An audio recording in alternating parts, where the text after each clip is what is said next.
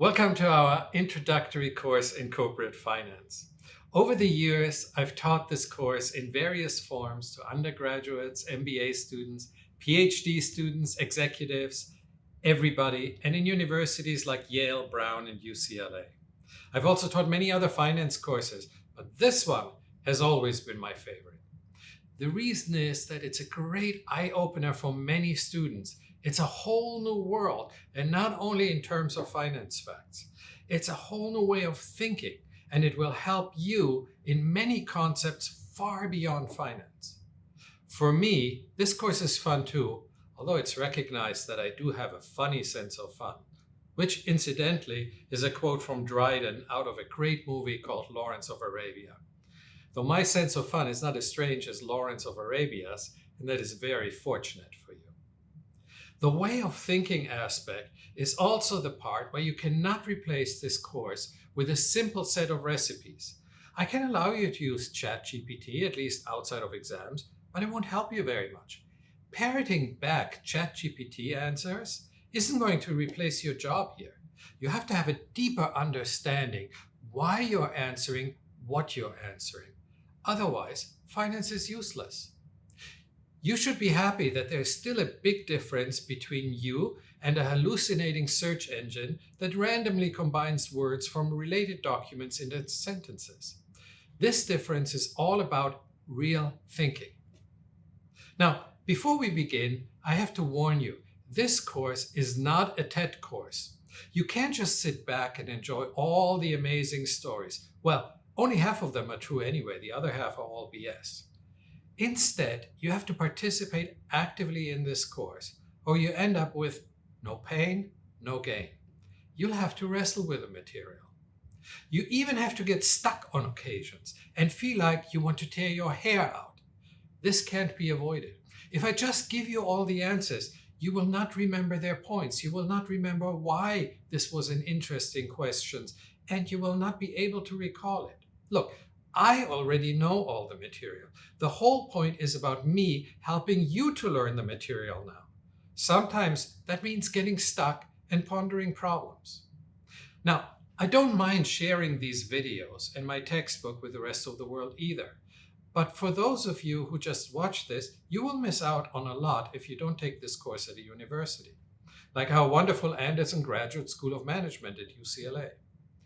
It is true that a very dedicated and diligent student can probably get a good part of what is in this finance course by reading the textbook, watching the videos, and doing all the work.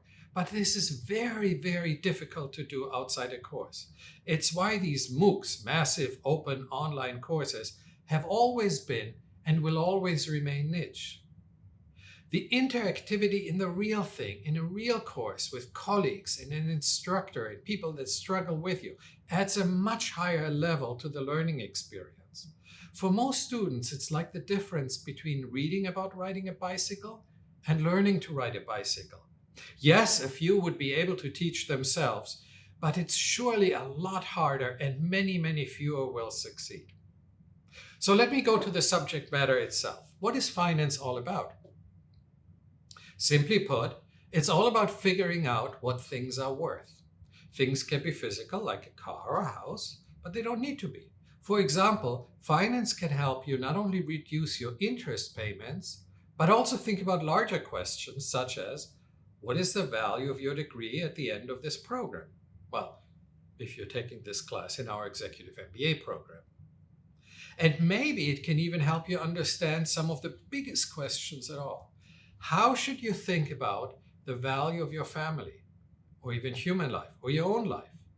Now, I'm going to explain one way of thinking about it, and I'm not saying that you should necessarily adopt this way of thinking. I'm saying that you should understand the logic behind the finance way of thinking. It gives you a good, consistent way of thinking about this and many other problems in this world. It will also help you to conceptually resolve a number of puzzles and dilemmas. Of course, it won't resolve all dilemmas, but it sure will help you cut down on a large number of them. So let's think about this rather extreme example of human life, your life. Economists, and we in finance are really just economists with a specialization, can even give you a rough estimate of the value of one human life, your life. It turns out that it is about $10 million in the United States. There are, of course, variations both on the theme and the specific number, and having a number doesn't resolve all dilemmas. For example, here are a few questions I won't be able to answer. How much is the life of a 10-year-old worth more than that of a 90-year-old? Is the life of an Einstein worth more than the life of a common criminal, or even the life of an extraordinary one like Stalin? Is the life of an American worth more or less than that of a North Korean or Congolese? Now, for this video, I'm going to use American estimates, and those are about $10 million. Having such an estimate helps answer a lot of questions. Now, isn't $10 million too high or too low? Shouldn't it be infinite? Is your life worth infinite? Probably not. After having taken this class, you will know how to calculate the net present value of your typical earnings power, or the earnings powers of American, but this won't be the basis for this $10 million estimate. In fact, this would only come to about $1 million lifetime for the average American, minus the cost of education. Instead, economists use a much better estimate, and it comes from your own behavior.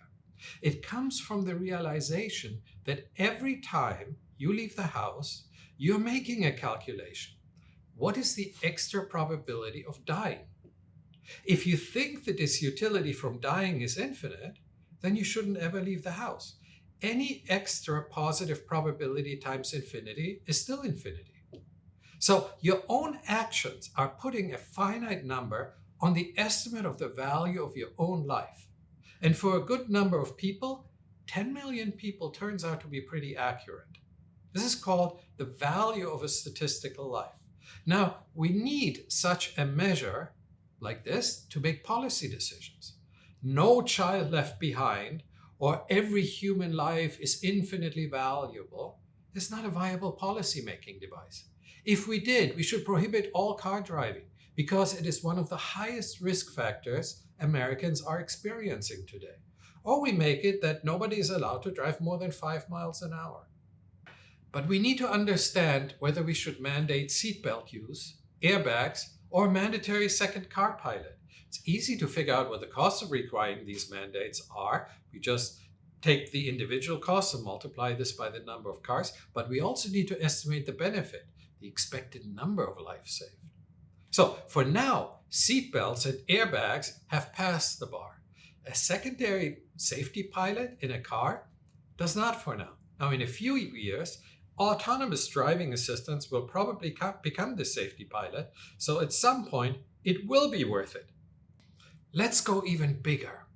Climate change is happening right now, and without a doubt, the world will get a lot warmer this century. This is not left-wing or right-wing, it's just a fact. Now, there are intelligent arguments to be had, right or left, about what we can and what we should do about it. And I'm actually writing a book about this subject right now. But let's consider just the fact that climate change is expected to kill, quote unquote, just a few 100,000 people per year late this century. A few estimates I've seen are very partisan and very wrong and sometimes outright absurd. I'm using the credible ones from the World Health Organizations and the International Panel on Climate Change. Now, when it comes to the world, everything comes in very large numbers. So let's just round it to 1 million deaths per year late this century. Now, these 1 million deaths will occur almost exclusively in regions that are both hotter and poorer than the United States or Europe. Singapore is super hot, but people are not dying from climate change. And harsh as it sounds, and is, even 1 million deaths won't bring the world to an end. This is still less than 0.1% of the world population. It's just a blip in the calculation of human welfare. Poverty already kills far more than 1 million people every year these days. And it's not clear how many people climate change will manage to kill many decades down the road when people will be a lot wealthier than they are today. So the problem, size-wise, is really more comparable with malaria or tuberculosis. That is very big, worth addressing, worth something doing about, but it's not infinite. The world's not going to come to an end.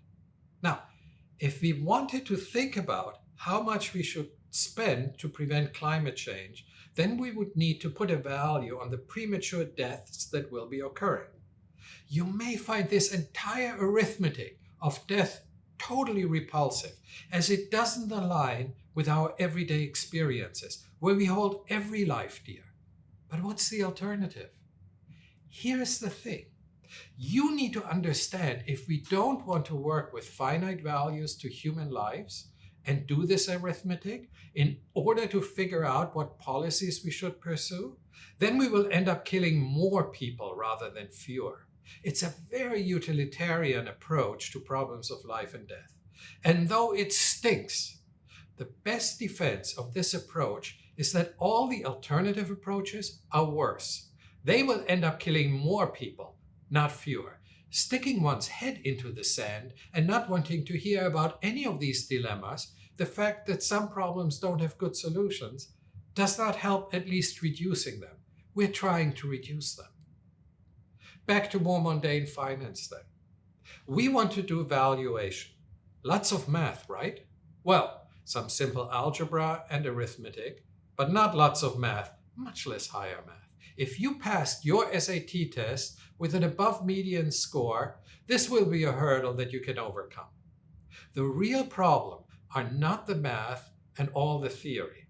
Well, in finance, the theory is exceedingly close to solving practical problems anyway, so there isn't that much daylight between theory and evidence. I'm not teaching abstract string theory. The real problems in finance are not about math. They are more about the art than the science. They are about guessing intelligently what the future of your real business will hold. How many sausages can you sell? What is your uncertainty about the sausage business? Finance can only help you with your business decisions after you've put together your own sausage forecast. I'm not a good sausage forecaster. If you sell sausages, you should be much better forecasting the sausage market than I could ever be. It's your business. I can only teach you how to value this business, whether to invest in it, and how to finance it, after you've provided me your sausage forecasts. Without finance, no sausages. Of course, without sausages, no finance. The ability to talk to animals. Hey there, boy. How was your day? Sausages. Sausages. Sausages. Please, sausages. Sausages.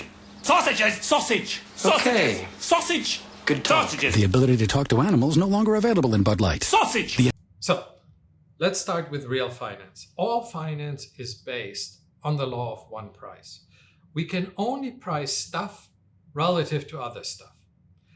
You've already done some of this yourself too, before you came here. When you purchased a car, you probably looked at Car Trader or Car Gurus or something like that to give you an idea what other cars similar to the car you wanted to buy were worth. Or when you compared rentals, you looked at many different ones and tried to assess value relative to other rentals or houses. The closer the comparables are, the easier this valuation becomes. The further the comparables, the harder. Now, this does not always work, and we will discuss what it takes for this whole approach to make sense. We need a few definitions. Cash flows. We're going to be talking all about cash flows. Negative cash flows are things like investments, expenses, costs. Positive cash flows are things you usually get back, things like payoffs and returns. A firm is a bundle of projects, most of which require upfront investments, negative cash flows.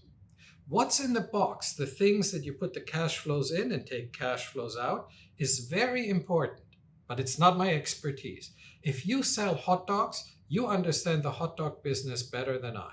So what I can just work with is how much cash do we put in and how much cash do we take out. Something else you need to understand, debt and equity. So debt is like a creditor. Equity is like an owner. Mostly, it's not exactly correct, but roughly true. We'll talk about it more. Together, all the stakeholders, debt, equity, and some other ones, own all the firm's cash flows. From the perspective of the firm is owned by those who put in all inflows and get all outflows, which means together the creditors and the owners, and unfortunately the government and the IRS, which also takes some of the outflows, own the firm. There is no one else. Investments versus investment banking. This is primarily a class more about investment banking, about the managerial aspects here. Investments is more about asset pricing. Corporate finance is another term for investment banking. So asset pricing is about the demand for investments. Those are retail investors or institutional investors, and they want to put their money to work and they supply the capital. Corporate finance are the companies, are the different institutions that basically supply these investments, and they have demand for capital. Now, if we want to understand one, we have to understand the others. So if you want to supply these investments and attract capital in your function as a manager, you better understand why it is that retail investors demand your investments in the first place. In this sense, the investor's problem must come first. So we'll do quite a lot of the investor's problem first, or else we can't talk about the second. Now, what's the difference between corporate finance and personal finance? Well, there's the obvious, right? Corporations are much bigger, and they also have some different tax rules. There's also agency conflicts in corporations. They're much worse. They are about somebody making decisions, that is the management, that are not the people that really have their own money in there. But they really face many of the same problems. For example, they have to think about, should we finance ourselves with bonds by borrowing? Should we take a mortgage? Should we sell a bond? Or should we try to self-fund? That is, should we try and have the owners put in more money? Or they have the problem, should we buy a factory? Should we make this investment? Should we buy a computer? Should we just lease it or not? It's a little bit like business ethics versus ethics. There is no difference. There's only one ethics. It's about right and wrong. Now, that's it for our short orientation. In the next video, we'll really get started. We'll begin with rates of returns and net present value, which are the basics of all finance. See you soon. Bis bald. So you want to be an economist like me? But of course. What exactly should I teach you then? You don't need to teach me anything. I already learned enough from you. What do you mean? As an economist, you know the price of everything and the value of nothing. Ouch, that hurts.